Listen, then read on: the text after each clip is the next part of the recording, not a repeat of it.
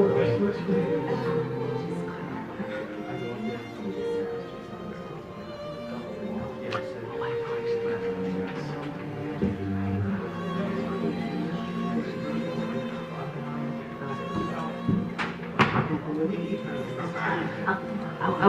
will send you those. You might not have time to watch it. Actually, I made the comments right online, but nice little sharp, little red trim, red purse.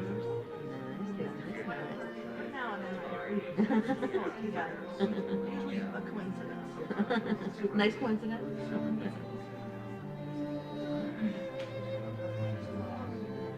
I think so. They can drink water in here, right? Yeah.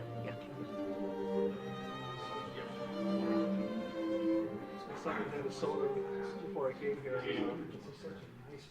told Sarah if it's anything past 8:15, I'm not going to take it. I had green tea. I'm like, okay, I can do this.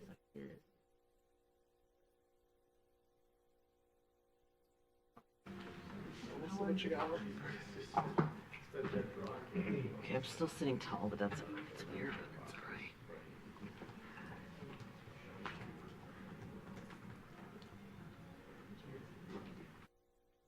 Wait, your chair's low, mine's high. I can't figure out how to raise it. I can't figure out how to fix it, so I'm just leaving it. There's a thing here, but I'm always afraid it'll go down farther. Oh, there you go. It's just far, like you can't really reach it. I can see it. You know what I mean? If you just reach it, it's kind of far under there. Okay, we're live, people.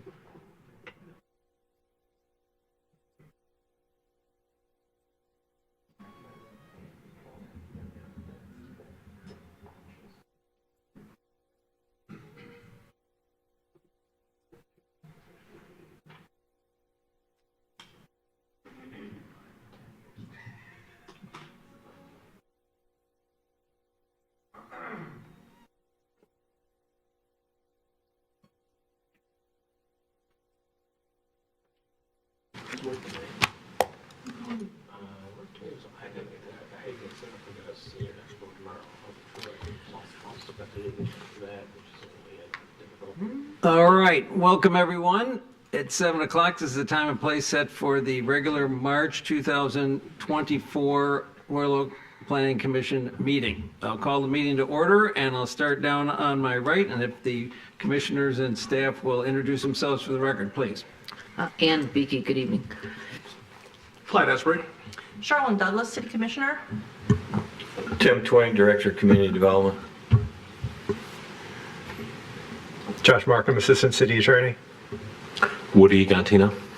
Jim Ellison. Mike Fournier, Mayor. And I'm Gary Casada, I'm the chairperson. All right. Let's see. First order of business is approval of the minutes for February 13th, 2024. Have the commissioners had a chance to look over the meeting minutes? Do they have any comments or questions, corrections, discussion, or is there a motion? I'll move to approve. Motion to approve the minutes. Is there a second? Second by Mr. Esbury. Is there any discussion of this matter? All right, seeing none, I'll call for the vote. All those in favor say aye. Aye. Okay, motion approved. Meeting minutes from February are approved.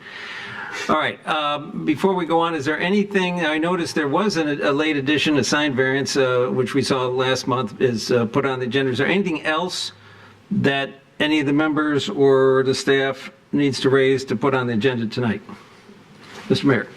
Yeah, I know we talked about it last time, and I see item C, it says public comment on non-agenda items.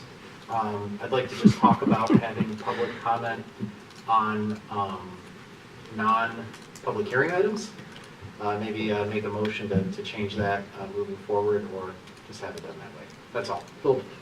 Okay, so I guess I would, if you don't mind, address that at the moment, because we did talk about this last time, and this is exactly that situation where we have a site plan on the agenda, and the site plan doesn't require a public hearing. However, sometimes people show up and they want to talk about the site plan.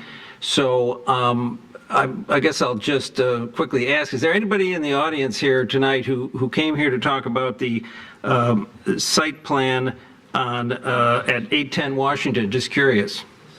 Okay, so here's what we're going to do. We're going to not have you speak during the first part, the public comment on non-agenda items, because it's an agenda item. And I think the sense of the committee, unless anybody objects, is that members of the public who want to speak on the site plan will get a chance to do that in the due course of the presentation and discussion of the issue. Is that fair? What about the sign variance? Would you like to do the same for the sign variance? No, actually. Okay, how about, do we need a discussion on this issue? Maybe we do. Well, can I jump in here Yes, real you quick? can. And I know I wasn't at the last meeting, but the reason the agenda is set up in the order and the fashion it is based upon your rules and regulations. If you'd like to change your rules and regulations, I suggest we do that. The reason you have a public comment on non-agenda items is because your past practice has always been to offer comment on an item that's on the agenda when it comes up, whether there's a public hearing or not. If I don't see the need to make a motion if you, again, on past practice, if you want to ask the audience if there's someone that wants to speak during item D2, you can simply ask. There's no prohibition against having comment. It's just not a noticed public hearing. When we list it as an item, it's a noticed public hearing, meaning we sent out stuff to the paper, we sent out stuff to 300 feet to identify it and notice. There is nothing that precludes you from taking public comment at D2 or even E1, which does send out notice. The sign variance, we notify the adjacent property owner. So there is notice there by mail. But anyways, that's my 2 cents version. If you want to make the formal changes to your order of your agenda, we should do it as part of the rules of procedure. And I'll just say, I don't remember exactly what happened, but when we did go over the rules of procedure, this was a topic because of the oddity of if we stuck to the rules, then people who want to talk about the site plan, it's on the agenda. So they can't talk about it during, anyways, we talked about it, and I'll have to go back and look about what we said to refresh myself. But anyways, today, I think the sense is that we're going to be okay. When we get into D2, I will ask the public, and it doesn't sound like there are going to be any objections, or will there be? Yeah, I was just going to reiterate again what I said last month, is, and Mr. Twain brought it up, our past practice from this committee, my many years, I mean, I was on this committee for 16 years, and that's when this procedure rolled out, where if you have a noticed public hearing, it's posted as a public hearing, people get letters and they come in. If you've got a site plan or a sign variance, you've got any item that's in front of the planning commission for action, then the public, in my opinion, should have an opportunity to address it, whether it's a public hearing or not. That's why we give the 3 minutes to talk about this particular site plan. That's, in the past, that's when we had a site plan where we had disputes from neighbors or something, that's when they would talk. But if we don't allow that speaking at the time of the agenda item, then we're missing the opportunity to give the residents their time. All right, Mr. Mayor. Yeah, I think it's overcomplicating. As long as folks have the ability to chime in on particular topics, I think that there's no, although it is the chair's privilege to open up public comment, there's no prescription here that anybody would know that may occur. So if I came out here tonight and I wanted to express my opinion on D2, I would not be able to do that at C, agenda item C, and I would have to just hope the chair would open it up for D2. I think it's just better to say public comment, scratch it out, and people can talk about anything they want. And then if they have to leave early and not wait for us to talk an hour on 3 topics, and then it's the 4th one, at least they got their input in. And then if we want to open it up because it's an excitable issue or an issue of great interest, then we can open up specific at the chair's discretion. But I think just, for me, not trying to overcomplicate it, just simplifying it, saying non-agenda items precludes the public options to discuss what they want to discuss. That's all. All right, like I said, I'm gonna look back at our rules. I thought we did discuss this before. I don't know if we changed anything. Anyways, I think we have a plan for tonight. Sure. Okay, so the next item on the agenda is public comment on non-agenda items. If you do have to leave early and you want to talk about something, then you might come up and ask, but as we just said, we're going to take comment on D2. So if you're a member of the public and you want to speak about something that's not on the agenda, certainly this is the time to do it. Is there anyone in the audience who would like to do that? Come on up. Please introduce yourself. You have 3 minutes.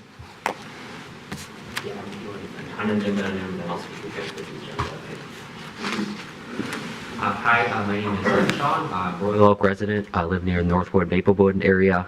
Just a quick comment. I was looking at zoning laws because I'm a fun person, and I was looking at the minimum requirements for the single-family zoning, and I noticed that if I'm reading it correctly, there's a requirement for a minimum of 1,000 square feet for a single-family home. Now, there has been an addition on my house, but when my house was originally built in 1947, it was not 1,000 square feet. So I just wanted to point that out. Our current zoning laws would not allow my house to have built, currently today. I was also looking at the minimum lots size requirements of 6,000 square feet.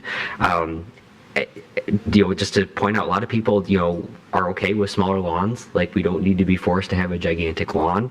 I was also noticed that for the minimum size requirements, so I have a 3-bedroom house. I noticed that for the multi-family requirements, for a 3-bedroom, you only have to be 750 square feet. And then for a 2-dwelling zoning, it has to be 800. I just want to know why is it okay for, multi-family to be 750, but a single-family home can't be 750 square feet. I think that, it's okay to have smaller homes. There's a housing crisis. We need more starter homes. We need smaller homes, for people to be able to afford them so they can get on the housing ladder. And again, a big part of that is the minimum square footage, as well as the minimum square foot for a lot. Again, there's a lot of younger people that are okay not having a gigantic lawn. We're okay with having a small lawn. You could probably fit more. My neighborhood, my single-family neighborhood has more than enough room for more single-family homes. And again, I'll just end it with, I don't think the timer's going off, but I'll just end it with, we have a housing crisis. Housing prices are out of control. A lot of young people can't afford homes. Big reason is, the houses are just not built like the way they used to. We don't have any smaller homes anymore, and we should be building them. Thank you. Thank you. All right. Anybody else in the audience like to speak on a non-agenda item? Come on up. I didn't hear anything you were saying. Would have been nice. Right. Phyllis Salter, North Lafayette. I was going to have a little bit more to say today, but mainly I want to know about the excuse me, the master plan. Where are we? I mean, I was told that you're going ahead now. We didn't know that, and if it's a big rush, it's not really good. Is there a rush going on that we don't need? Well, I guess I'll just respond there. I don't know if this is on the website or not. There is the master plan link is on the agenda, but we had a discussion, I think, two meetings or... What's that? Last month. Was it last month? Yes. And we do have a schedule. I believe the full first draft is going to be published sometime shortly after April 30th, I believe. I think that's the schedule. What's that? What did you just say? The first draft. There's going to be a first draft. And we asked the consultant to come back with it by April 30th. But I'm not promising that because I'm not doing it. They are. So that's what we asked them to do. That will consist of what? That's a first draft of the full master plan. So it won't be the last draft, but it'll be the first draft. First draft. First draft. Okay. Okay, because it seemed like it being pushed. And that's what most people seem to want to do. That's how it came across when I was told that. So it was kind of upsetting. Okay, so as long as you're moving on and we know about it, and if we're not moving too fast, that'd be fine. Okay, All right. Thank you. Thank you. Anybody else in the audience like to speak on a non-agenda item? All right, seeing none, we will move to the agenda items. New business. Number one, D1, public hearing on the special land use and site plan. This is SB 24-03-02 at 435 North Washington. Mr. Twing, will you introduce us to this issue, please? Certainly. As you indicated, it is on North Washington at the southwest corner of Park Avenue and North Washington Avenue. It is an existing building and a developed site. As you'll see in the staff report, the property is in a single-family overlay district, a one-family residential overlay district. In that district that was created in 2001, uses that were non-one-family uses, multifamily sites or commercial sites, were given status based upon what existed at that point in time. And only when they were changed or the density of the number of units on site were they required to come back through as a special land use permit. And that's basically what's occurring on this site as they're attempting to convert the ground floor area from a commercial use to a third residential unit. So under those overlay district provisions, that requires that the Planning Commission grant that change of status. Basically what that status did for the prior existing non-single family uses was take away the non-conforming provision, meaning they could continue to exist as long as they stayed in the same use type and configuration. If it burnt down, they could build that back in that same configuration.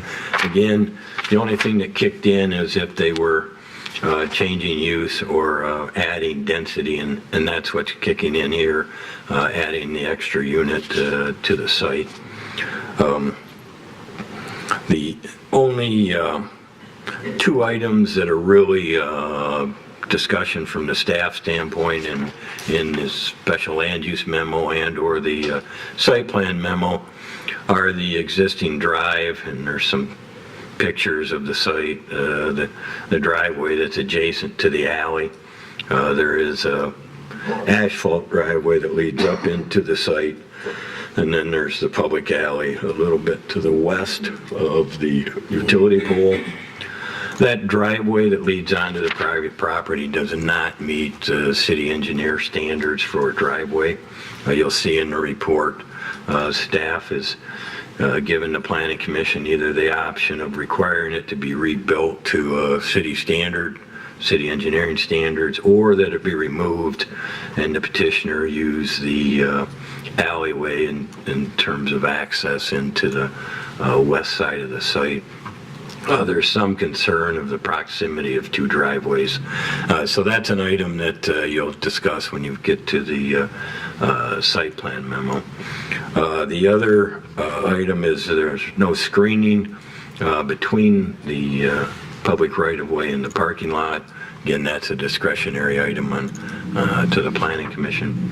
And then the last one is in regards to the refuge and whether that's enclosed with the proposed vinyl 6-foot-high gate and fence rather than a masonry wall. And that's located up next to the building, kind of on the south side of the property line. You'll see that on the site plan. So that's kind of an overview of the reason it's in front of you and requires a special land use permit and the couple of site plan issues that have been identified with the site. Questions for Mr. Twing? I don't know if you'd remember this, but what was the zoning before this overlay, single-family overlay was placed on it? Because, again, knowing this area, obviously these buildings were built far before probably we even had zoning.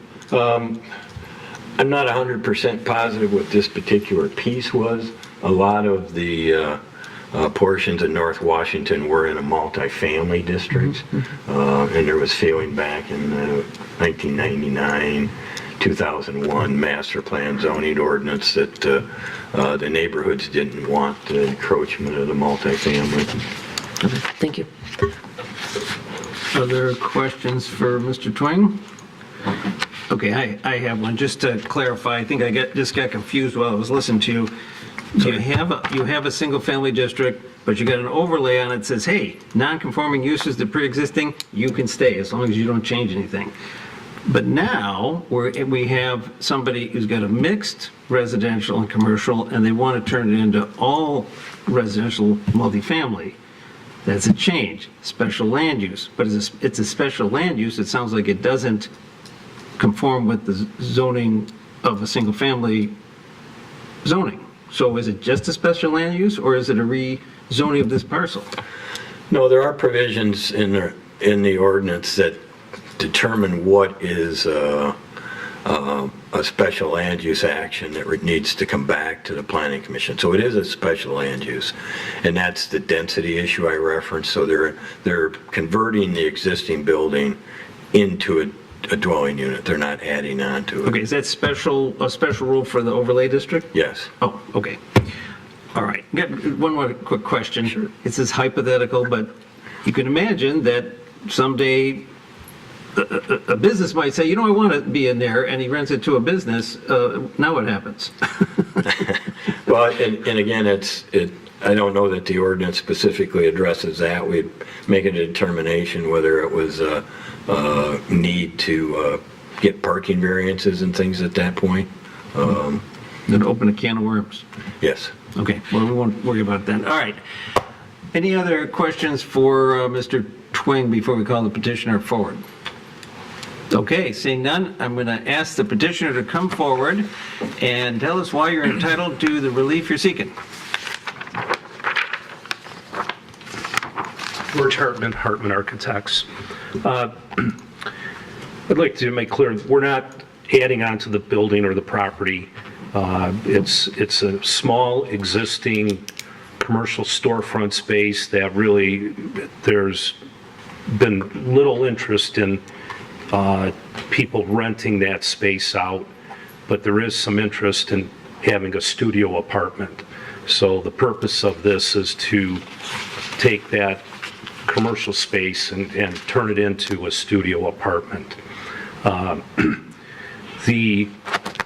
Again, we're not changing the footprint on the property or the building.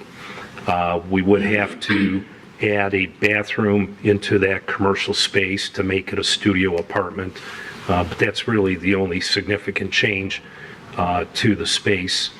As far as the parking goes, this is a very narrow piece of property. It's just about 30 feet wide, and if we take out the driveway that comes in off of Park, it makes it difficult to maneuver in the parking lot. So to put up a screening fence would be detrimental. That would be knocked down all the time.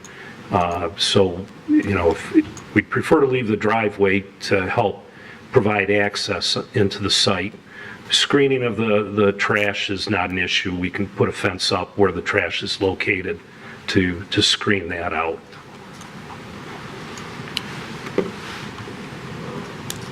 Anything else? I think that's it. Okay, are there questions for the petitioner? Ms. Beatty? Well, I'll ask a question, but first I'll make a comment. I'm very familiar with this because it's around the corner from my house, and I walk downtown all the time, at least 5 times a week or so.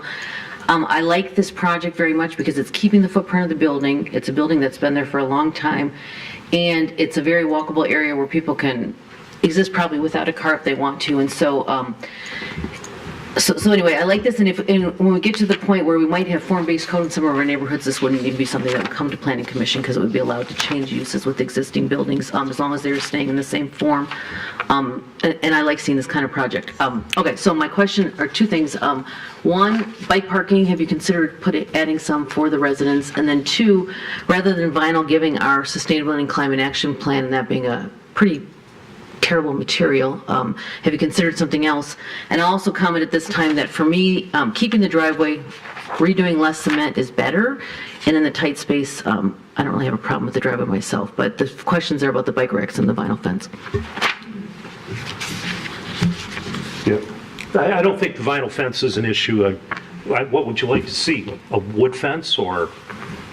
I mean, anything biodegradable is preferable to vinyl. Vinyl. Even if you have to replace the stems, or metal, even for that. Although metal probably aesthetically wouldn't be, but the vinyl is just, Yeah, you know. certainly we could put up a wood fence for the screening. And this, Dan Martin, he's the property owner. Yeah, I'm not opposed to different options depending on cost viability. And the bike. So bike rack. Bike rack, if the tenants want it, sure.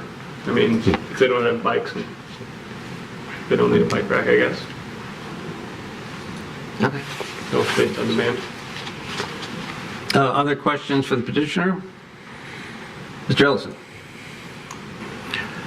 Not really a question, but, excuse me, an observation. For anybody who's lived in this city for as long as I have, this particular building for many, many years was well known as the place where you got your varsity jacket.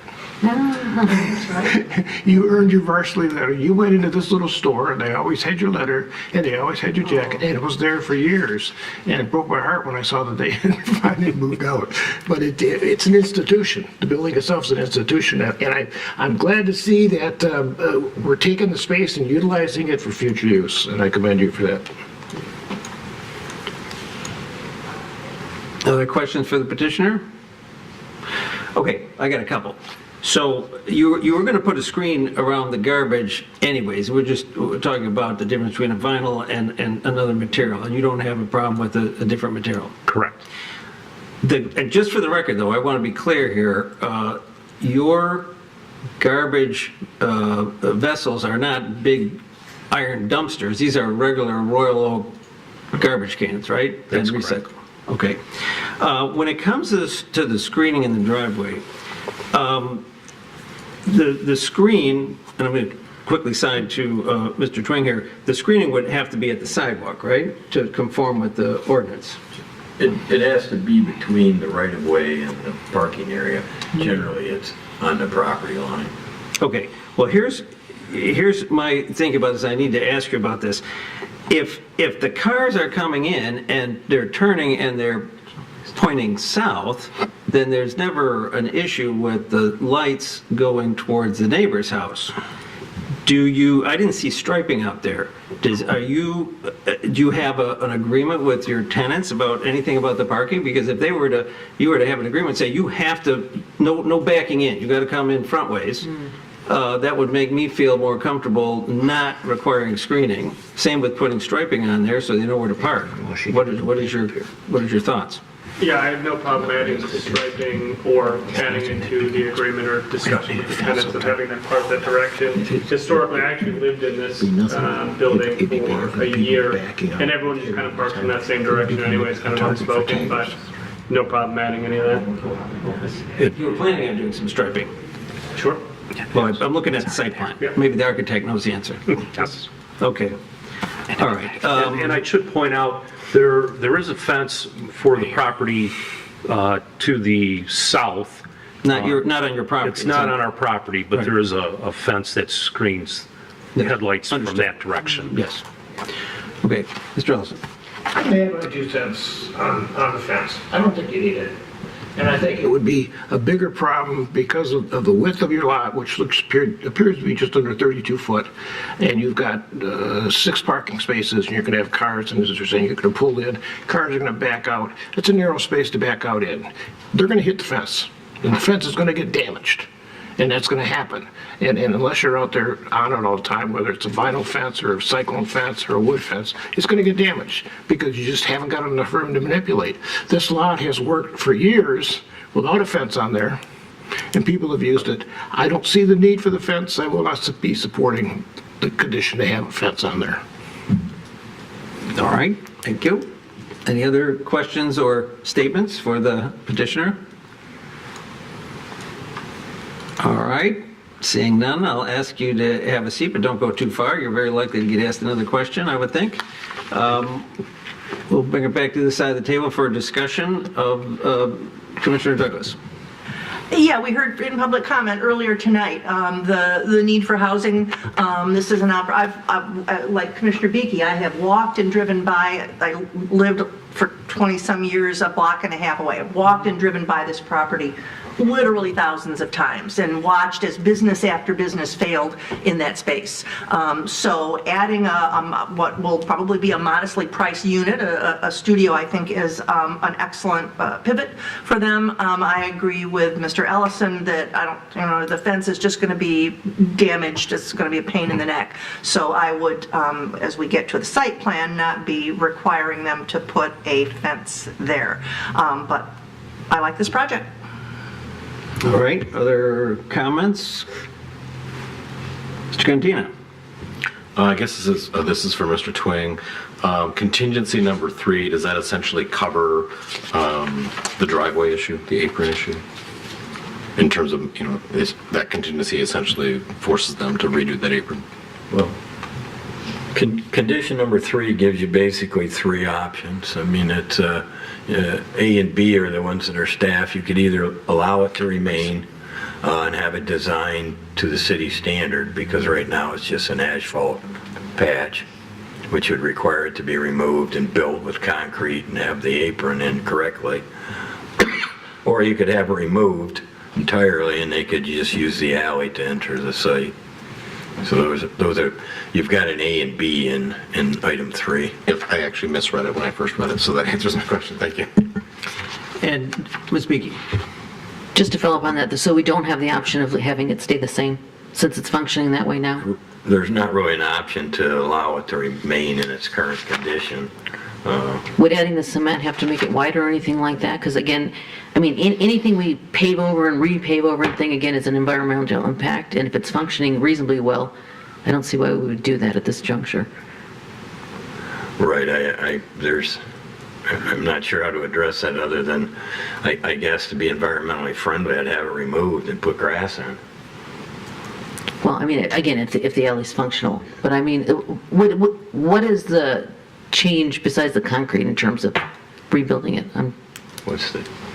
Does it have to be wider? Does it have to be like, or is it it's just not- stay in the same footprint and then it's just redone? The design has to be built with concrete and with an apron. I don't want to get into all the details. It's going to have a certain thickness to it. That's why the city engineer would determine what it needs to be. It can't be any wider than 30 feet 30 feet at the property line. That's as wide as it can be. But then the taper from there will taper out so people can turn in and out. The proposal in front of you is to keep what's there. Right. Because, again, if it were a rebuild, I think it would probably impact the sidewalk too, because newer driveways, the way they're designed, are bigger. It may have an impact on the walkability as well, if it's changed. Okay. Okay, I just want to understand, again, my preference would be to leave it be, but thank you. Mr. Ellison? A question for Mr. Twing. Is the criteria to replace the approach based on bad concrete or bad construction or bad location, or is this, you give this option to replace the driveway from park to the parking lot with concrete? Is that not because where it's located is creating a problem? Well, the drive approach being replaced or removed is and the criteria for basing how it's designed is based on the ordinance, streets, roads. It's not in the zoning ordinance. It's a separate ordinance that sets up the city engineer to decide how things are built in the city's right-of-way. So that's where it's coming from. It's coming from a separate standalone ordinance that deals with streets and right-of-ways. Maybe I didn't phrase the question properly. Is the existing driveway in non-compliance right now? I mean, where it's located and how it's paved and From in terms of, you're supposed to have access points 25 feet away from public rights-of-way, so it's too close to the alley.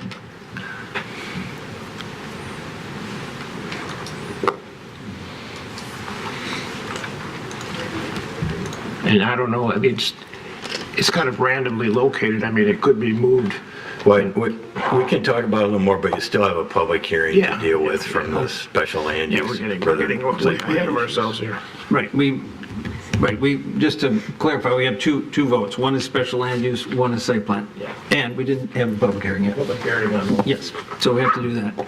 Are we ready for that? Any other questions or comments? Okay.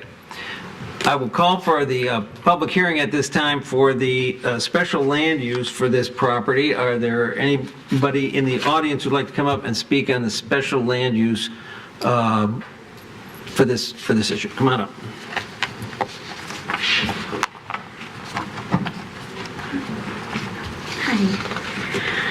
My name is Amber Long, and I'm a resident of Royal Oak since 2012, and we are homeowners since 2021. I absolutely love living here and continually thank my husband for finding Royal Oak. We relocated from Florida. He was up here. He found this little gem of a city, and I really do thank him all the time for finding it. I love that it's safe. I love that it's walkable. We have 2 young adult children who will be leaving home probably sooner than we like, and they both would love to stay in Royal Oak, but both of them are aware that it's not really affordable. So the property that's up for discussion is within, the reason I love it, it's already being used as residence, but it's walkable to almost anything you would need. It's minutes from downtown. It's a 3-minute walk to the middle school, a 7-minute walk to a grocery store, an 11-minute walk to the library with the park that has events throughout the year, and a 12-minute walk to the park that's behind the middle school. I feel like creating another housing unit and keeping the housing units that are already there from buildings that have other uses is a fantastic idea. A 100-year-old building that is not going to be torn down provides another creative homeowner possibility for other residents. And like I think it was Sean said earlier, I don't think there are very many single or smaller studio areas in Royal Oak, so this is just another diverse way that we can keep more people, either keep like people like my children in Royal Oak or invite other people to come to this city that I love so much. Thanks. Thank you. Anybody else? I want to go check, see if that microphone is on. Okay. I'm not hearing very well. Are you guys hearing through the microphone? No, and can you hear it back there through the mic? No, no one can hear. To be fair, the former mayor has always been accused of not listening, but this is a hearing issue. I think it's Lights on green. it may not be on or maybe the volume is too Pull low. it down a little bit. That's off.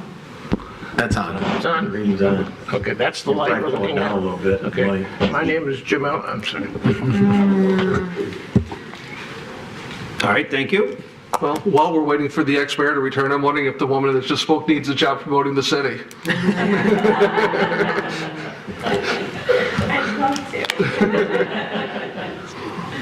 All right, where were we here? Agenda item. Just for the record, reintroduce yourself, please. Hi, my name is, there we go. Hi, my name is Sean. I'm resident of Royal Oak at Northwood area. I'll just keep my comments short. Pro this project. We need more housing. It's just a basic studio apartment. It's not changing the building at all. I think you already mentioned this. This would be, nice in the future if we didn't have to, have a whole public hearing about it. This is already, conforming, they're already in the same building. They're not changing it at all. I drive past the building all the time. It'd be nice to see somebody live there instead of an empty business. Thank you. All right, thank you. Anyone else over here?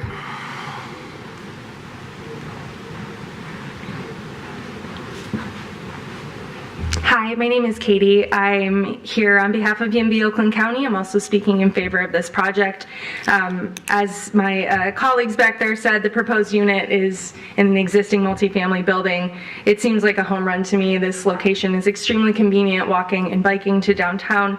As Ms. Beakey said, I would also be in support of adding a bike rack. As a former renter, I always had to look for bike parking when I looked for apartments, and if I had a bike, I wouldn't move into an apartment that didn't already have parking. So I'd definitely be in support of that. Personally, I've always wanted to live in a converted storefront, but I don't think that my husband and my son are going to go for a studio. So I hope someone else is lucky enough to get this unit. Thank you. All right, thank you. Anybody else like to speak on this agenda item on the special land use? All right, seeing none, I'll close the public hearing, bring it back to the side of the table for further discussion, motion, or Commissioner Douglas. Yeah, I think the issues that we have here, minor issues, are with the site plan. I'm going to move approval of the special land use. All right, motion to approve the special land use by Commissioner Douglas. Is there a second? I'll second. Second by Mr. Gantino. All right, is there discussion? Mr. Mayor? I'll just add, I mean, this is a perfect example of adaptive reuse to serve a, increasing and growing need in the community of housing. So I think it makes a lot of sense from my point of view, and I'll be supporting the motion. All right, any other comments? All right, I will also be supporting the motion, but I just want to say, one of the criteria for the special land use is, will it be operated harmoniously? I think this is not a huge ask to ask for the ground floor to be a studio apartment, but there are the relief that we're discussing here, including not putting up screening. I agree with Mr. Ellison 100%. It doesn't make a lot of sense, but it is a requirement. So my comment was, the operators should operate the building such that it takes into account the relief that we're talking about giving them, which is not having a screen. So that's why I made the comment about, hey, park your cars facing south so the neighbors don't have the lights in their front of their house. So that goes to the operating, which is a criteria for the special land use. So that's why I brought it up. All right, other comments? Speaking. I guess I'll make the comment as we move to the special land uses. Again, I would like to see many more reuses of existing buildings in this way that are creative and not, either maybe adding a little bit different situation, but not always tearing them down and then waiting out for a new build. Anyway, so I like that very much. And again, perhaps when we get to the site plan, requiring the bike rack might be a good idea, because again, as the woman said, it sends a signal that that's something we're looking at and understanding that not everyone has a vehicle, or their vehicle might be a bike, I should say. That is a vehicle. Anyway, so I'll be supporting. All right, any other comments? All right, seeing none, I'm going to call for the vote. Motion by Commissioner Douglas and supported by Mr. Cantina to approve the special land use on the property at issue. I think we can probably do a voice vote. All those in favor say aye. Aye. Any opposed? Hearing none, motion passes. Congratulations, you have your special land use. Now we're going to talk about the site plan. Any comments about that? We've heard some already, but... Well, if I may walk through it, given the comments that I've heard. The first item under the staff report was simply related to going from 2 dwelling units to 3 and the need to modify their rental license with the building division. Item 2 is where I would suggest, if you want the proposed fence screening of the trash area to be non-vinyl, because that's what's indicated on the site plan as a vinyl gate and fence, you would need to modify item 2 to indicate what type of screening is acceptable other than vinyl. You may also want to address the discussion of the screening between the parking lot and the public right-of-way, or you could simply approve the plan as submitted with a note. So that's what's indicated there. Item 3 is in regards to the driveway. Again, staff is, if you wanted to leave the driveway, they would need to design it to comply with city standards, specifications as determined by the city engineer. Or B, that it be closed and removed and restored as grass, and all vehicles would have to access the site from the public alley. So that's item 3. If you want bike racks added, you should add another contingency indicating that those should be included. Also, if you're concerned with your cars and their headlights parking such that the headlights go out into Park Avenue, you may want to add a requirement that they add signs to each parking space that indicate that there should be no back-in parking. They'd have to enforce that, but there might be a violation of the site plan if they're not enforcing it. those would be the items I would put in front of you based on your discussion. The other 4, 5, and 6, and 7 are standard contingencies for all site plans. Questions for Mr. Twing? I don't know who was first over here. The screening requirement as it sits, is that requiring screening from the corner of the property, so essentially Park and Washington, all the way down Park until some point where the driveway is? Or is the screening requirement really from the driveway to essentially where the parking lot would end on the east side? It would be from the edge of the driveway to where the parking lot ends. Okay. The back of the building. Yeah, all right. Thank you. Mr. Ellison? Yeah, there's a lot of things, a lot of moving parts in this right now. I want to try to address them. I have a problem with the backing in. Someone's going to back into those parking spaces. They're going to back right up to that fence, which means they're not going to get their groceries out. I mean, we're trying to make, you're showing backing this rather than nosing into the fence. The chairman suggested backing in, requiring backing parking. No, not allowing. I got it backwards? Yes. Okay, then never mind. Okay. I misunderstood that. Okay, so the second question I got is the existing drive. My preference would be to either, if the existing drive meets the criteria of engineering, then let it go. Otherwise, if we have to move it, I would suggest we move it enough so it complies with engineering standards to the east and then repave it. I would be against putting the driveway off the alley, because I think what you got then is you got cars entering in off the alley into the sides of cars. I think it'd be better if you have the cars flowing in with the direction they're driving. Don't look at me that way, Clyde. Yeah, no, I'm just trying to figure or see in my head what you're proposing. What I'm proposing is leaving the existing drive either where it's at, if it meets engineering standards, or moving it enough to the east so that it would meet the engineering standards. The problem we've got is it's too close to the alley. So engineering was probably going to want it to be checked. So that's the way I would prefer that, as opposed to putting the entry to the parking lot off of the alley. Because then you got cars coming in at a 90-degree angle to how they're parking. And I think it's not a big lot, and I think we could really mess it up if we start putting too many restrictions of how they move that lot. Right now, it looks like it's going to move well. The driveway, if it needs to be moved for engineering, then do it. Other than that, then I'm good with it. Mr. Mayor? Yeah, I mean, I don't think we need a screening wall there. It's been this way for over 100 years, and we're actually reducing the amount of traffic by making it a residential use versus a commercial use, meaning that before you had people going in and out of there all the time. Now, maybe you'll have 3 cars. I mean, if we get a bike rack in there, maybe less.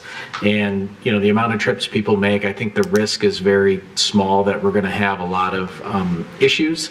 And so really, upending and changing kind of the status quo of the property, I haven't heard a real strong reason to say, fill the apron, move it around, other than there's a standard out there, a compliance standard, but that's why it's in front of us to exercise some judgment. And so I don't know that popping, to Mr. Ellison's point, popping everybody out onto the alley is a great idea. Might get a little log jam there. I think the way it's existing right now, with the caveat that, when the lot needs to be repaved, that it would be brought up to standards at that time, the apron, when they do the whole property. Because you can tell that there's some cracks and stuff. It's only a number of years before they'll resurface it. So, I think overcomplicating a small conversion to a studio apartment, this isn't $1 million project. It's, putting in a bathroom, which is expensive, painting it up, getting some occupancy in there, and they're not going to charge $5,000 a month there. I mean, if they get $800 a month, putting unnecessary requirements here to get something that's beneficial to the city that would cost many multiples of that. I just don't know that that's a necessary burden to put on the petitioner, given the fact that it's been this way for such a long time without any issues. Mr. Casada, I'm prepared to introduce a very long-winded, convoluted motion. Oh boy. All right. If I could, I'd like to move site plan SP 240302 with option A, or my contingency A, to pursue option 3A to replace the driveway and leave it to the experts at City Hall who are paid to do this type of engineering so that we have the optimal outcome for ingress and egress and safety. To add a contingency that a bike rack is indeed mandatory. To address the screening around the trash enclosure to be a non-vinyl item or a non-vinyl material, something biodegradable. I think we could leave that to staff to pursue. To ask for signage so that it is south-facing head-in parking only, so they don't have headlights shining at the neighbors to the north, and thereby making it possible to remove the fence that would run along the property line, which would be my final Can you contingency. repeat that last sentence? Which part, The sir? last condition, can you repeat that one more time? Yeah, so that we mandate that they have signage indicating that it's head-in parking only facing to the south. I got that. So the neighbors aren't dealing with headlights to the north. And thereby, with the headlights facing in that direction, it makes it possible for me to move to my final request or my final addition or alteration so that the screening fence that was proposed along the property line becomes unnecessary. Okay, that's the part, becomes unnecessary. I thought I heard necessary. Okay. Did you get all that, Mr. Twing? I did. All right. Okay. That's my motion. Okay, the motion is to approve the site plan with the following changes. I may not do these in order. That the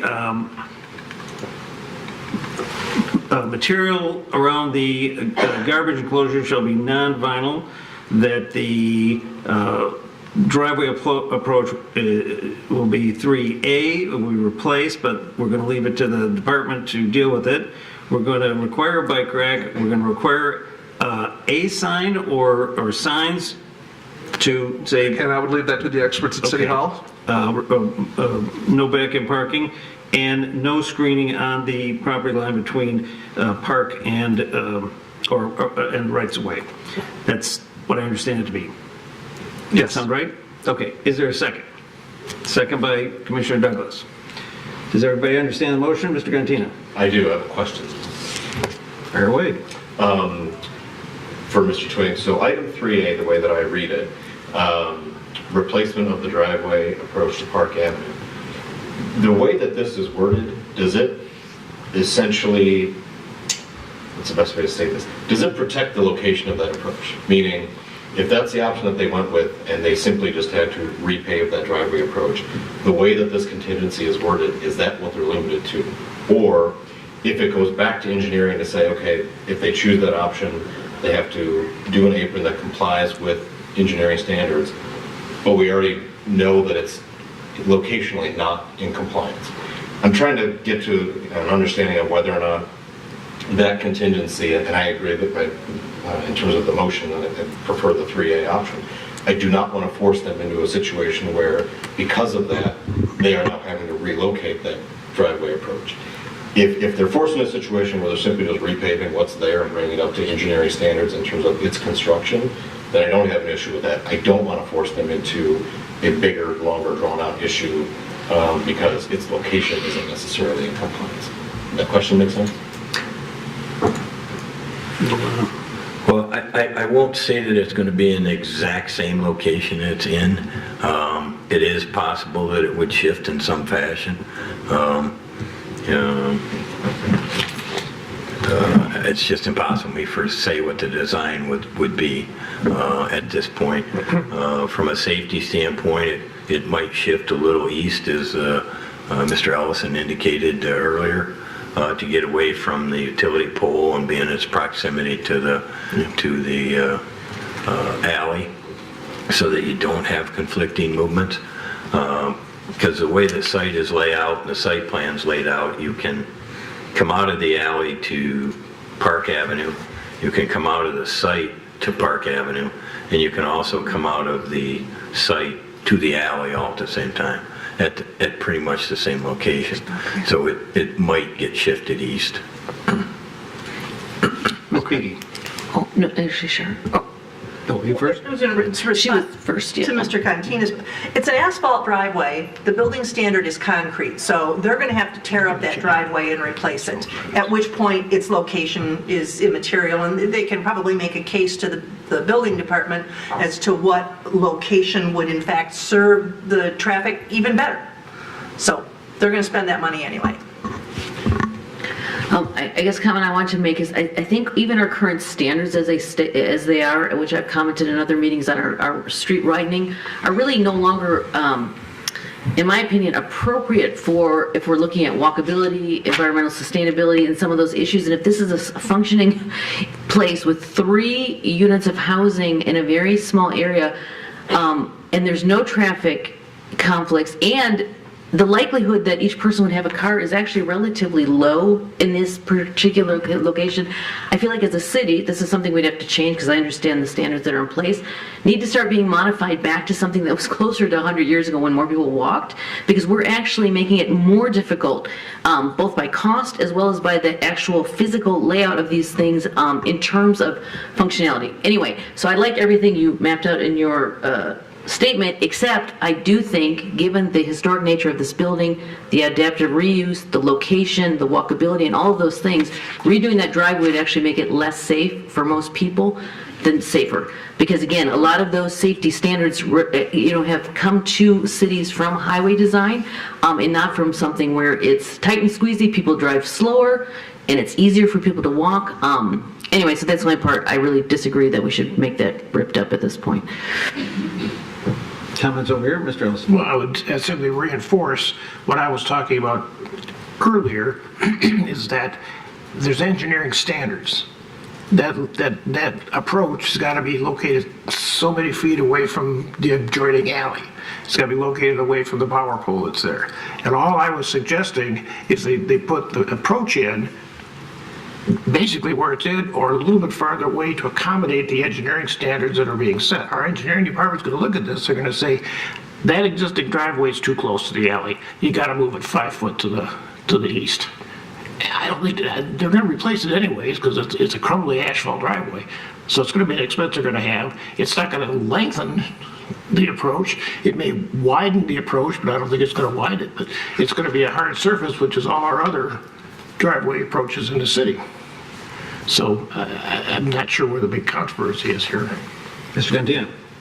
Well, if I could just address that for a second, because I think if they're forced to, and I don't want to beat this dead horse, but if they're forced to move that apron, it is actually of bigger consequence than maybe folks are realizing, because it would require the removal and restoration of the area where the apron currently is. And if I heard Mr. Twing correctly earlier, it's not just going to be a couple of feet. I believe you mentioned there's a 30-foot requirement away from the alley. Generally, there's a 25-foot separation from a public way to a driveway. That doesn't always apply. Sure. Obviously, you can't do that in every circumstance. That's generally a rule of thumb under the ordinance, but in this case, if you were totally trying to get away from the alley, you'd move it to the far east end of the parking lot and have the same width and just drive in a circular horseshoe-shaped fashion, come in one and go out the other. So the only reason I bring this up is because, again, for the applicant, I do think it becomes a little bit more burdensome than simply removing and replacing the apron with concrete in its current location. If it has to move as much as it can to accommodate, let's just say, that 25-foot rule, it completely moves where that apron is, which would then require a curb cut, new pavement, and everything in the new location, in addition to restoration of the area where the current apron is. So it may seem like it's sort of a mild conversation, but in reality, the reason I asked the question earlier was, if there's a way for us to somehow, I don't have an issue with where the location is. I do think it needs to be replaced and upgraded to current engineering construction standards. But I want to somehow help the applicant out and protect its location to prevent the potential for that piece of the project becoming a little bit more burdensome than we're all thinking about, because it's not just shifting a couple of feet. If engineering were to come in and say it's not in compliance and it needs to move significantly, that's a little bit more burdensome than what we're talking about, is my concern. So I hate to beat this dead horse, but I think it's a relevant point that we should probably get to some resolution on. Mr. Ellison. With all due respect, I'm not here to save the petitioner money. I'm here to make sure that whatever they put in our city meets all engineering standards and building construction codes. And if that means we've got to move a driveway so many feet away from an alley, because that's what engineering standards are, and that's what the ordinance say, then that's what we need to do. I appreciate that, I don't want to make them spend money unnecessarily, but if it's required to move by engineering standards, then it's a necessary expense, and it's all part of the project. And in the overall picture of things, it's not a huge amount of money. I don't think we're going to break the bank on you guys if we ask you to put a driveway in. So, Mr. Mayor. Yeah, I'll just add, this is converting us to a studio apartment that meets the need of the city. So it's not about necessarily, I just respectfully disagree about saving the petitioner money so much as it is making sure that we create the conditions that allow for additional housing in our community without being overburdensome. And I think in this particular case, even if you look across the street, there's a new build house that's driveway, looks like it lines up, and I don't know the legalities of that alley. I don't know if that's been conceded or not, but there's a driveway right next to the same alley on the other side of the street. So I don't think it's unique for this. I don't think the standards apply in this area that has a historic mix of overlay districts and, multifamily, single family, and a number of different things going on in this area. So I do kind of agree with Mr. Gantina. I think it would be, if I'm looking at this project and I'm like, hey, I'm going to get $800 a month rent, I'm already putting in a $50,000 conversion into the unit itself to make it habitable for living, which requires a lot more, bathrooms and all of that. And then now I got to spend another 10, 15, 20,000 on concrete to make this compliant. I might just sell the building and move on and do something different. I don't know. Or maybe they put it in and it does extend the payback, but it's certainly not driving the right behavior that we want in our community, when I think that, eventually all of that has to be replaced to engineering standards. My question is, do you do it now or when they replace the parking lot? But I do kind of agree, maybe we protect the location of it. You're going from multiple cars being there as historically as a business to actually reducing the amount of traffic. So whatever situation here is far less just based on the nature of the change impact. So saying the engineering standard, okay, that's fine, but not taking into consideration that the use of how this property is going to be used dramatically differently in terms of traffic and parking and mobility. I think, especially in terms of the fact that we're not adding 30, it's not a developer coming in, tearing this down and putting in 12, 15, 20 units. It's a singular conversion that we've asked developers to do in our community to accommodate the housing shortage. Mr. Esby. Yes, thank you. I crafted my motion the way that I did because just like last month, I didn't want to play city finance director on TV, and this month I don't want to play a city engineer. We have experts at City Hall who are paid to do these things, and if they determine that it needs to move 10 feet, then so be it. If they determine it needs to be 20 feet, then so be it. That's what they do. It's not what I do. So that's why I crafted my motion the way that I did. I don't think we're changing any minds here. Maybe we should vote. Well, I got a couple hands up. I saw Ms. Beaky. I was just going to comment that the first criteria is that it's harmonious with the neighborhood, and I think as it is, it's harmonious. And my concern for the over-engineering, and I understand it's in the current standards, is something that in our historic areas is actually making it less beneficial and livable for people, and that's just my position. Will I support it? I will support it. I don't like having that current standard, I guess, that we have.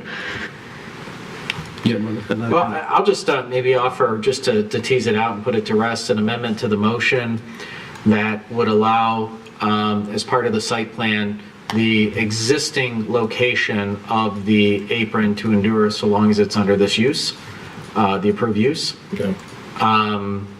And if in the event that ultimately the materials change, it has to be rebuilt to standards, that's fine, but the exact spot of this, I will make that motion and see if anyone bites. Sorry, April, your motion is what? Is to allow in the site plan, to Mr. Gantina's point, the location of this driveway To stay. to remain, to stay. Okay, I'm not sure, hold on a second, Jim. We have this procedural thing that sometimes I get confused with. We have a motion on the table, and I think the mayor is saying, I'd like to move to amend the motion that Mr. Esby made. Is that Correct. Okay. Yeah, I'm good with all of his other stuff, but the amendment would be to specifically address the location of the existing driveway in the site plan to allow that driveway to remain as it has for 100-plus years or whatever. You said location or just leave it as it is? I'm misunderstanding. The location. The location. Okay, there would have to be, I think, and my folks on my right and my left are going to hopefully jump in and save me here. The procedure here would be that if he made a motion, then it'd have to be a second. Can we do that, or do we have to vote on his motion first? No, you'd have to do the amendment first, but the first question would be, is that an objection to the motion maker and supporter? If they simply agree to the amendment, then no, you don't need to do so. If they disagree with adding that, then yes, it would be appropriate for the mayor to make a motion, get a second, vote on the proposed amendment, and if it fails, then you're back to the original motion. If it passes, then the amended motion is in place. But if I understand, then the ball is in Mr. Esby's court at the moment to say I object or I don't object to your intervention. Yeah, so I do not support the alteration to my motion. Me neither. Okay, well, So then I'm gonna, then he can make a motion. okay, so the mayor would then be able to make a motion that we vote on. So I made the motion for the amendment. I support the motion for the amendment. We got to vote on the Okay, and then Now we vote on the Mr. amendment. So that's where I think we're going.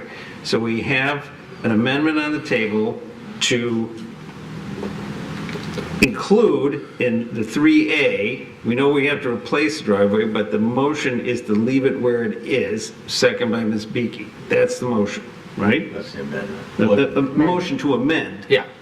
So Mr. Gantini has a comment. Well, I just want to clarify, the motion to amend is to allow for the location to remain where it is, not necessarily force it to remain where it is. Because in my mind, I'm sort of thinking that that motion, it communicates to engineering what we deem to be, as planning commission, acceptable in terms of its location. They may still make some changes, but our motion simply is allowing for the location to change. Doesn't mean it will. Yeah, if the petitioner decides that they want to move it after talking to engineering, they're free to move it to the standard, but I want to allow the opportunity for the petitioner to keep it there. That's how I understood your amendment. Okay, and do we have a comment by Mr. Ellison? Yeah, see your if hand you'll going up. indulge me, I know we got a motion on the table. Yes. I've been watching the petitioner sit here, and he's either got a smile on his face or he's laughing at us. I can't figure it well. But an indication I got from you earlier, are you opposed to putting in this new driveway? I mean, is it I crazy? just think for the cost of the driveway in comparison to what I'm going to rent the apartment for, it may make the entire project not financially feasible. So putting in a driveway is going to impact the cost of the development. Correct. You must be on a tight budget. Okay, I'm gonna make a comment here, and then we'll move to the vote, because we have to vote on this. I am not gonna support the motion, here's why. Because if it's a cost issue, you're not doing the petitioner any favors, I don't think. Because even if you leave the driveway where it is, what Mr. Twing said, we don't have the option to leave it exactly like it is and don't touch it. He's given us these, at least, we haven't challenged that. So if the driveway has to be replaced where it is, you still have demo costs, right? You would then have to put the new concrete in. It's not going to be very much cheaper. I think Mr. Esby is right on the money because when you look at this, I thought this when I went out there. I said that driveway would be better farther away because it would give that, like Mr. Twing said, more of a circular, but I'm not a traffic engineer, and I think we should leave it to the department. Mr. Chairman, I call a question on the amendment. What does that mean? It means we vote now without any further debate.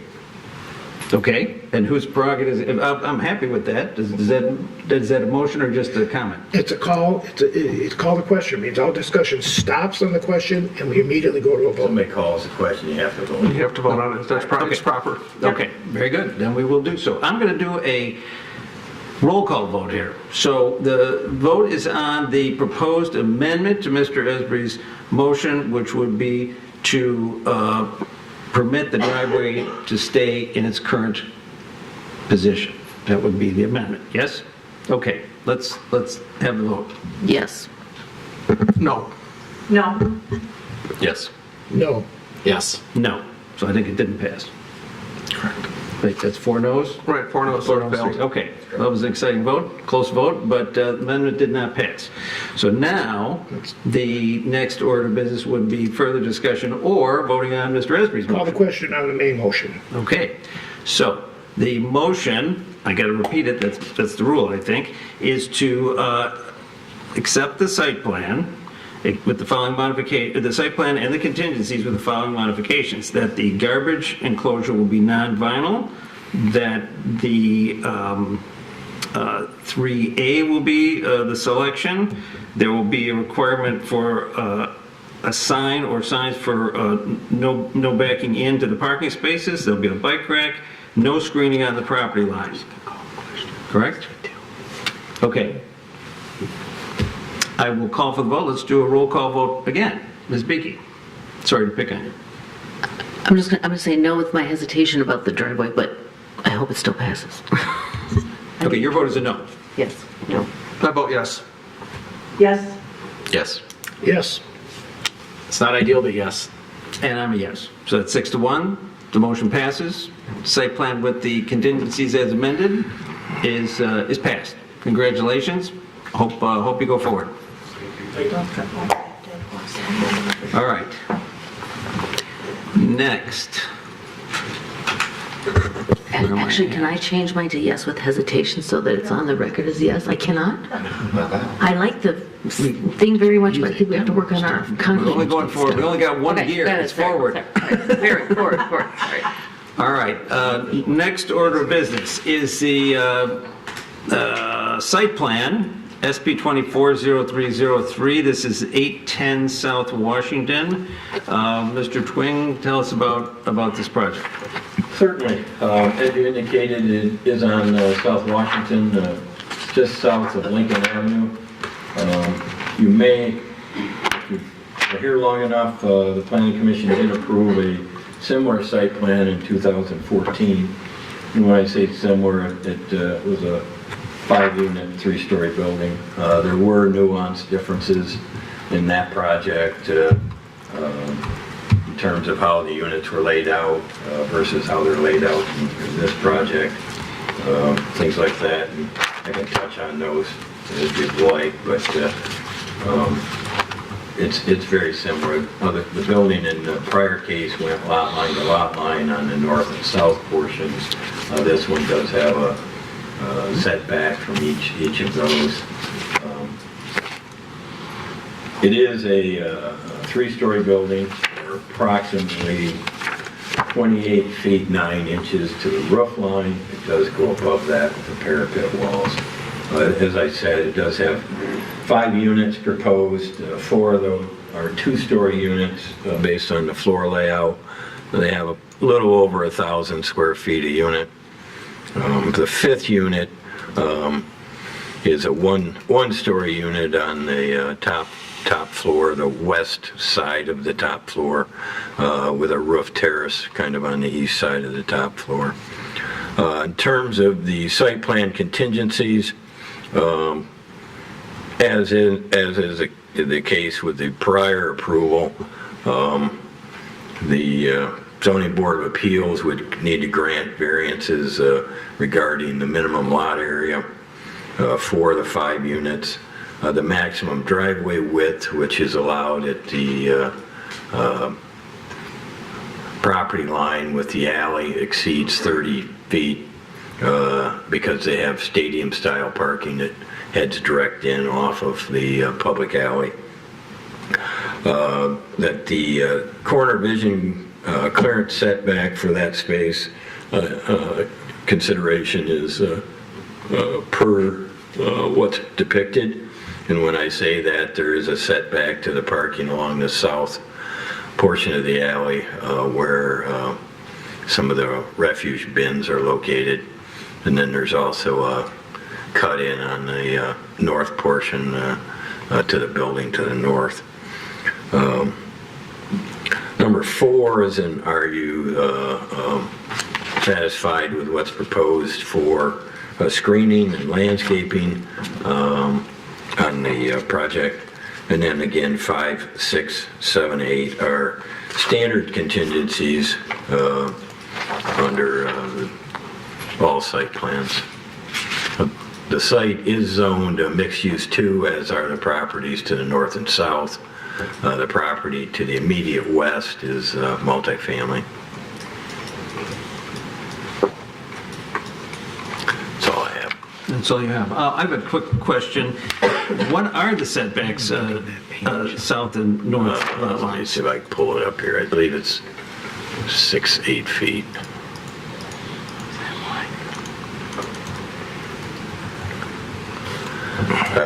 To the little bump outs, it's 5 feet. To the main part of the north wall is 6 feet, and it runs a little bit on an angle from front to back. And that's the same case on the south side. Again, the bump outs are 5 feet at setback, and the primary building line is 6 feet. Okay, and my recollection is the same, that the other project was lot line to lot line, so I assume there is no setback requirement here. No. Okay. Any other questions for Mr. Twing? Mr. Ellison? Mr. Dwing, I know the last time we approved this project, the project didn't go forth because there was some interference with the foundation of the building next door. Has this plan, do you know if this plan has taken all of that in consideration and they've got it far enough away from the building on the north to not interfere with that strange foundation plan? Well, there was an issue with the demolition of the building that previously existed. Yeah, the foundation, the building wall fell Right. down, yeah. As with any other building that's adjacent to, whether you're in the downtown and tearing a building down or building a new one, you have to take precautions to protect adjacent properties. Yeah, I guess I'm just wondering if with, I mean, it looks like to me, based on what I remember, there's enough setback there to not have that problem. Because I think the foundation was fixed on the other building during the remediation. But I'm just asking that so it's out there in the open that there was a problem, and I hope the problem's gone.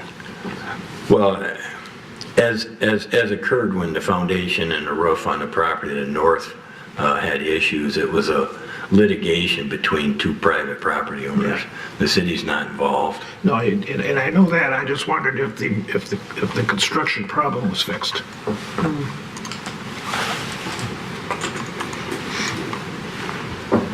May not have an answer. I will have to investigate, because I don't know. I have talked to people about it, but I don't know that my information is correct, so I'm not going to say anything. Yeah. All right. Any other questions? Then we'll call the petitioner up. If the petitioner is here, please come up, introduce yourself, and tell us why you're entitled to the relief you're seeking. Hello, my name is Jason Scott. I'm the property owner and the builder. You guys didn't get these in your packet? We did not. We did not get those. Okay. If you want to hand us one, we'll no. Thank you, sir.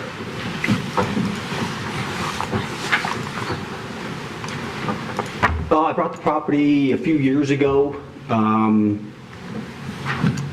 looking to build a building like I have at 118 North Lafayette. I have a 4-unit complex right there that I built in 2005. I think I was granted like 14 variances to get it. This one I wasn't really asking, in my opinion, for anything that I thought we couldn't do on the project. I think it's a good project. I think this city needs it. I think it'll be very affordable. I think it's a great building. I'm looking at it. It's a nice rendering. This looks like it's more than 8 feet for the purpose of the rendering, but it looks very nice. They took liberties with the green area. But like I said, the last petitioner was looking for lot line to lot line. The building to the north is to the lot line. I'm keeping back from there. Same with my neighbors to the south. I try to answer or get anything that the city asked for as far as inclusions and any screenings or any suggestions. We try to implement every one of them that we could. I got a quick question, if you don't mind. You're going to have walkways, it looks like, on the north and the south around Correct. the building. And what materials are those going to be? Concrete. Okay. All right. Just a quick question. There seems to be a double fence on the south lot line. There's a cyclone fence, and then I think some other type of fence. Are those on their property, or is one on your property? They're on their property. They're both on their property. Yes. Okay. And that's why we didn't address or show a fence on the south side. If they were looking to continue it, we would. I have no problem with that. I just didn't know there was already fence there. They got two fences. Right, and the fence is, if I put a fence up, the air conditioner is going to be non-accessible. All right. For the neighbor. All right. Any other questions for the petitioner? All right. Well, this is not a public hearing, but I'm going to, in conformance to what we did before, I'm going to ask if there's any members of the public who would like to speak on the site plan that we're seeing here before us on Washington there. Anybody would like to speak? If you don't mind, we'll have somebody take a shot at this. Hi again, my name is Katie. I am speaking in support of this project. We need more housing in diverse types and sizes in Royal Oak. This is currently a vacant lot. This project is close to downtown, has 2 bus stops literally right outside, and would make a great location to live car-free or car-light. And like the last project, I would be in favor of a bike rack being included to facilitate other modes of transportation, given its proximity to everything. Thank you. All right, thank you. Anybody else in the audience? Come on up. You don't have to introduce yourself for a third time. Hi.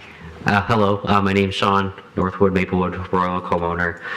In favor of this project, we need more housing. It's in a dense, walkable area. I'm supportive of that for that reasons. Yeah, we definitely need more housing. We have a housing crisis. I guess I just want to, just to make a general comment, I guess it would be a shame that if we lost affordable housing or lost more housing opportunities due to parking or driveway standards. I definitely get engineering standards. I'm a government employee, worked for a city before, totally understand. I think that if that's a barrier to housing, that's something that needs to be addressed in the future. But other than that, supportive of this project. Thank you. All right, thank you. Any other members of the public? All right, seeing none, I'll move back to this side of the table. Are there any other questions for the petitioner? Are there questions for Mr. Twing, legal counsel, each other, or a motion? Ms. Beakey. I guess I'll ask the petitioner a question. Because it was a little bit hard to hear you. You said that this is a different build. I understand it's different than the one that had been proposed before, and you're a different person also. You're not the same person that proposed it previously.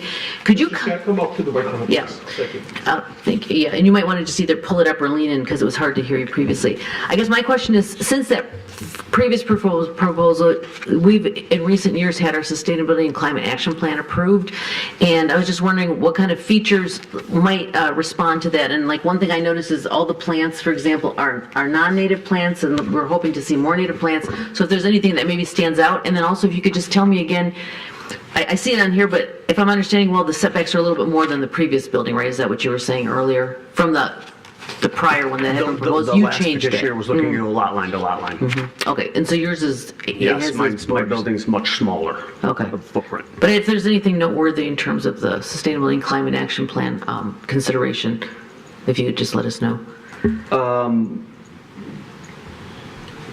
We could do impervious surface for the driveway area, but that would be a measure of engineering. We can do stuff where it's a gravel and mixed block. But that this isn't sustainable, but we have a bike indoor spot for bikes. Oh, you do? Yes. All right, And another then question? Perennials, it's going to be grasses and perennial stuff that, comes up every year. That's what we're hoping to do. Okay, thank you. Other questions for the petitioner? Comments? Motion by Commissioner Douglas or? Yes. Yes. Yeah, I'll move approval of the site plan as submitted. Second by Mr. Ellison. Any further discussion on this? Well, I think we're all discussed out. So I'm going to call, I'm just. Driveways to move right. Yeah,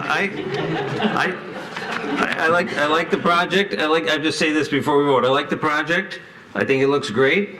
I would just only say that please spend some time on the lighting. You're right next to a house, and this is a beautiful looking building. If you pull it off, you don't want to ruin it with clumsy lighting. No, I got it. All right. We didn't go forward with it because we didn't know how far we would get tonight, and we have to go for the variance for the other stuff. So we're going to do the lighting plan, and the engineer and the architects know to All right. pass down. Great. Okay. Comment? And I'll just make my comment. I like very much the scale of this building. Again, I didn't see the previous building because I wasn't living here at the time it was removed. But anything you can do that's appropriate within the context, not as a mandate necessarily, but taking into consideration those sustainability issues would be appreciated. And again, we need model units, and you said you have another one that's quite nice. And so if you, again, do a good job with this, I think it'll be good for the city as an infill property. And I'd like to also support what the person had said about our issues on parking we need to address because we have excess parking in the city. And that's something for us for other discussions. All right. I think, are we ready to call for the vote? I think so. All right, we're going to do a voice vote. The motion by Commissioner Douglas, supported by Mr. Ellison, was to approve the site plan as submitted, I assume with the contingencies as listed. Yep. Yes? Okay. Oh, all right. All right, all in favor, say aye. Aye. Any opposed? All right, the site plan is approved. You're on your way. Congratulations and good luck. Thank you. All right, next. This is the E1, a sign variance 24-0303, 84050 West 10 Mile Road. Please reintroduce us, Mr. Twing. Sure. It is the Detroit Zoological Park at that address. It is located in sign area 2 under the city's sign ordinance. And you did see a request at your prior meeting in regards to the water tower. These two freestanding signs were part of that simply because they existed. Under the sign ordinance, you're entitled to one for every so many feet of frontage, so that the variances you had at the prior meeting were related to the proposal for the existing water tower and to allow these two freestanding signs to remain. What's occurred is that the petitioner has now submitted revisions to those two freestanding signs. They are too large, as you'll see in the report, under the sign ordinance limitations for freestanding signs in sign area 2. Let me just, I'll touch on what they are.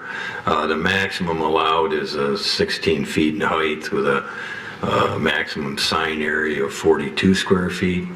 The sign proposed along West 10 Mile would have a sign area that's 22 feet by 8 feet or 176 square feet. The one sign that's along Woodward would have a sign area that's 16 feet by 6 feet or 96 square feet. That's the difference is the determination that you referenced in the notice, the two-way of 54 square feet of the 42 for along Woodward and 134 square feet along the West 10 Mile. That's the two requests that are in front of you regarding these freestanding signs. Are there questions for Mr. Twing? Commissioner Douglas. Are they building new signs or just refacing the existing structures? Based on what's been submitted, they're building new ones. So we don't have a picture of those, we just have this kind of, this thing where they show us proportional. And what are we looking at in these blank that I'm showing you on my screen? I mean, are they going to have like 3 signs like this, or is this just sample sizes? My understanding from what I have, but you can ask the petitioner, my understanding is this is the sign area that, and we're treating it as one sign. What's in it? Since we can't read signs, can't control, regulate signs, the only question we had was whether an electronic message board or not. So that's the information I have. And what was the answer to the electronic message board? Okay. Okay, thanks. All right, other questions for Mr. Twing? Mr. Johnson? I have no question, but in the sense of trying to get things done, I've already made a motion. The petitioner's here. You can't do that, but I'm going to call the petitioner up. Okay, I would call the petitioner forward. If they're here, I assume they're here. Please come forward and tell us why you are entitled to the relief you're seeking here. Good evening, everyone. I'm Amanda Hanlon, the Chief of Staff from the Detroit Zoological Society. This is my colleague, Kim Waddy, our Director of Marketing. I just want to start out by thanking you for hearing our request this evening and for inclusion on the agenda. Some special thanks to Tim Twing and also Doug Hedges, who've been exceedingly patient with our many, many questions. Given the unique nature of our assets and our location and prominence, of course, this has been an extremely complex design and production schedule. So we're grateful for all the assistance in understanding how to navigate this process properly. As mentioned, we appreciate also the variance that you approved last month for the water tower. We're moving forward with the appropriate permitting processes for that. Since that approval was extended, we've received the design specifications from our vendor for the 2 signs, typically referred to as tombstones, that are on Woodward Avenue and the 10-mile 696 service drive. So we're seeking the variance today so that we can update the look and feel, bringing those signs up to a more contemporary design standard, and include some additionally more prominent branding that will also be consistent with the water tower and allow us to launch all of those elements at the same time at a celebration that we hope to host later this spring. So Kim will talk just a little bit about the characteristics of the sign themselves. Thank you, Amanda. Just to answer a few questions that I had heard before we approached, the sign itself, we will have the 3 separate units, but together will make the full design. It is a 3-dimensional sign that will be internally illuminated. Previous sign did have a uplight, and this will move to an internal illumination. There will not be any electronic boards or signage included. It will be a static, internally illuminated sign. In regards to what you're looking at, our sustainability initiatives are top priority at the zoo. And in looking into this project, we wanted to look at ways that we could utilize some of the existing materials that already exist.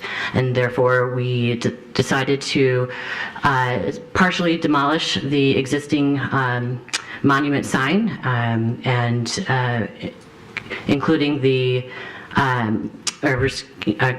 restoring and including the current footings would remain, and we would recap the top with a new limestone and then install the new fabricated sign on top of that existing footing in both places. In addition to that, we do have plans to have native plants around the surrounding monument signs. And we have sustainability plans as well for the prior signs that exist, which I can't share too much on today, but we do have all of those as top priority. All right, Ms. Beakey.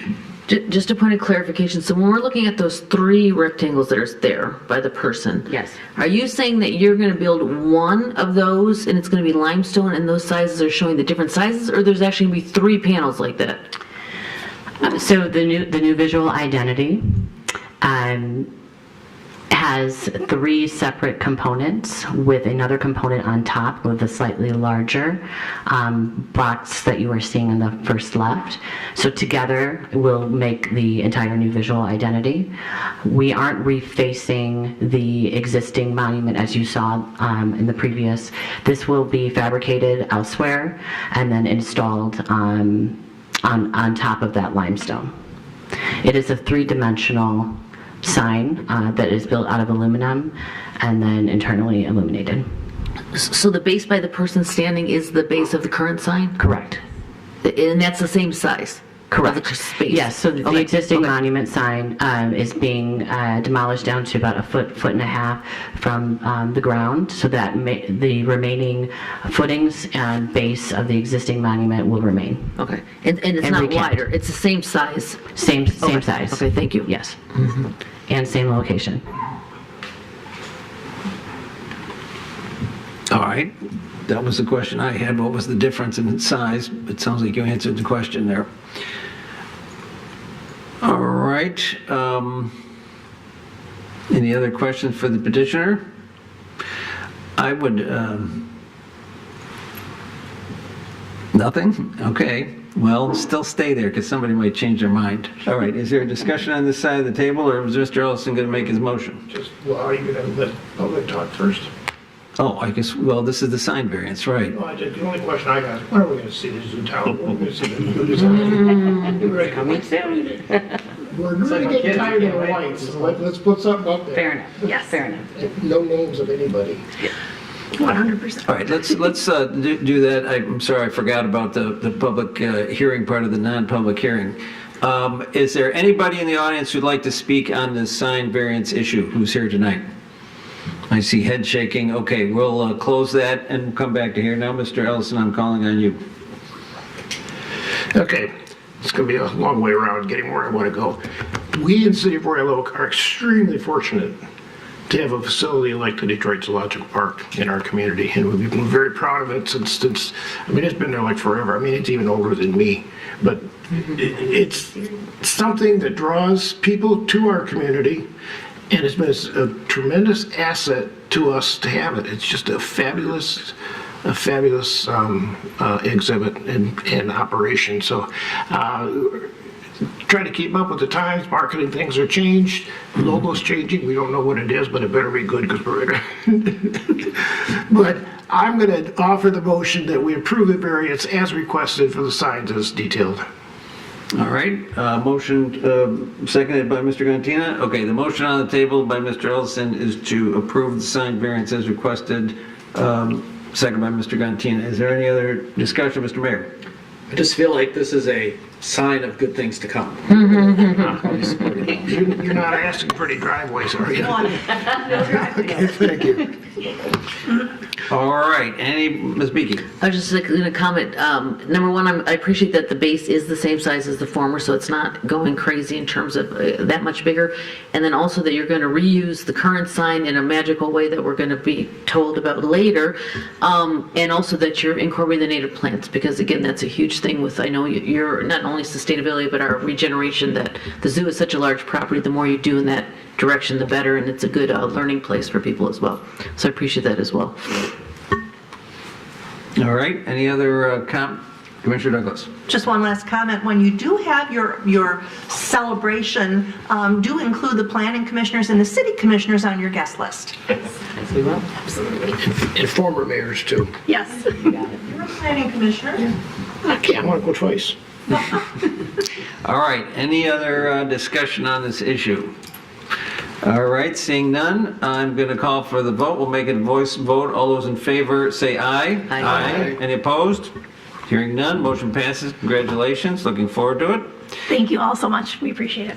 All right. Thank you. Thank you. All right, next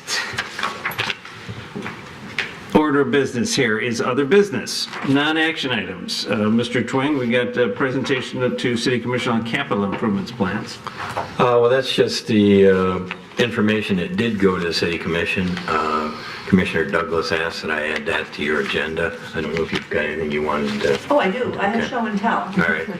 So, for those of you who were concerned that the City Commission does not pay sufficient attention to the capital improvement plan, I'll just share with you some of the documents from our capital improvement planning session from 6 to 7:30 p.m. in February. We had our noses buried in fine print on spreadsheets and spent a lot of time setting priorities and letting staff know we voted on things. So rest assured that the work gets done and priorities are addressed at the City Commission level. All right, any comments to the presentation? Follow-up? I was just going to say that I did notice both in your agenda from last night's meeting as well as the document you showed that I'm glad to see that that new software is going to be able to incorporate both different opinions in the voting from the commission, as you're noting, as well as incorporating more from our approved plans, such as the master plan, et cetera. So that's good. It looks good. All right. Anything else on that issue before we move to the next? All right, seeing none. Mr. Twing, I think what is next here? The strategic planning report? The next two items are just for your information. They're a copy of the Road Commission for Oakland County Strategic Planning Report and then a copy of the Michigan Planner for January and February.